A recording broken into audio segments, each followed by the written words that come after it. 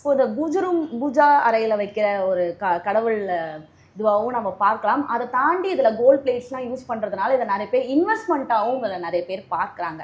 So வந்து ஒவ்வொரு ஸ்டேஜ்லேயும் வந்து கோல்டு ரேட் வந்து இன்க்ரீஸ் ஆகிட்டே போயிட்டு இருக்கப்போ, ஸோ உங்ககிட்ட வந்து எந்தெந்த ரேஞ்சில் இருந்து ஃப்ரேம்ஸ் எல்லாம் இருக்கும்? கண்டிப்பாக வந்து இதில் வந்து கோல்டுலாம் கலக்குறாங்க, இதில் வந்து கண்டிப்பாக இது லேக்ஸ் கணக்காக போகும், நிறைய பேருக்கு ஒரு மைண்ட் செட் இருக்கும். ஸோ உங்ககிட்ட எந்தெந்த ஸ்டார்டிங்லேருந்து அண்ட் எது வரைக்கும் இருக்குன்னு சொல்ல முடியுமா?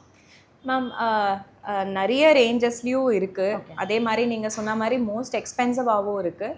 பட்ஜெட் ஃப்ரெண்ட்லி ரேஞ்சஸில் இந்த ஆர்ட் ஃபார்ம் வந்து இன்னும் இருக்கணும் அப்படின்ற கான்செப்டில் பட்ஜெட் ஃப்ரெண்ட்லி ரேஞ்சஸில் கூட நம்ம பெயிண்டிங்ஸ் பண்ணிகிட்ருக்கோம், வித் பேசிக் ஆர்டிஸ்ட்லேருந்து ஸ்டார்ட் பண்ணி.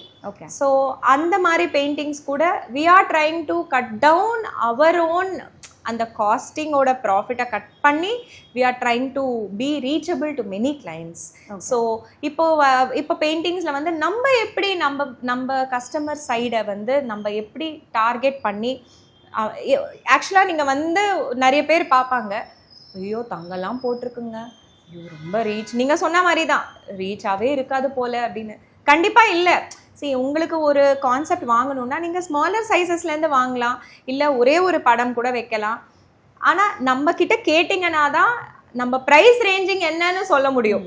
ஸோ அதை பேஸ் பண்ணி நம்ம நீங்கள் டிசைட் பண்ணி வாங்கலாம். கண்டிப்பாக வந்து ஒரு starting price of a proper Tanjore பெயிண்டிங்னா ஒரு ஸ்மால் சைஸஸ்லேருந்தே நம்மக்கிட்ட இருக்குது. ஓகே. ஒரு 6500 ரேஞ்ச்லேருந்தே நம்மக்கிட்ட இருக்குது.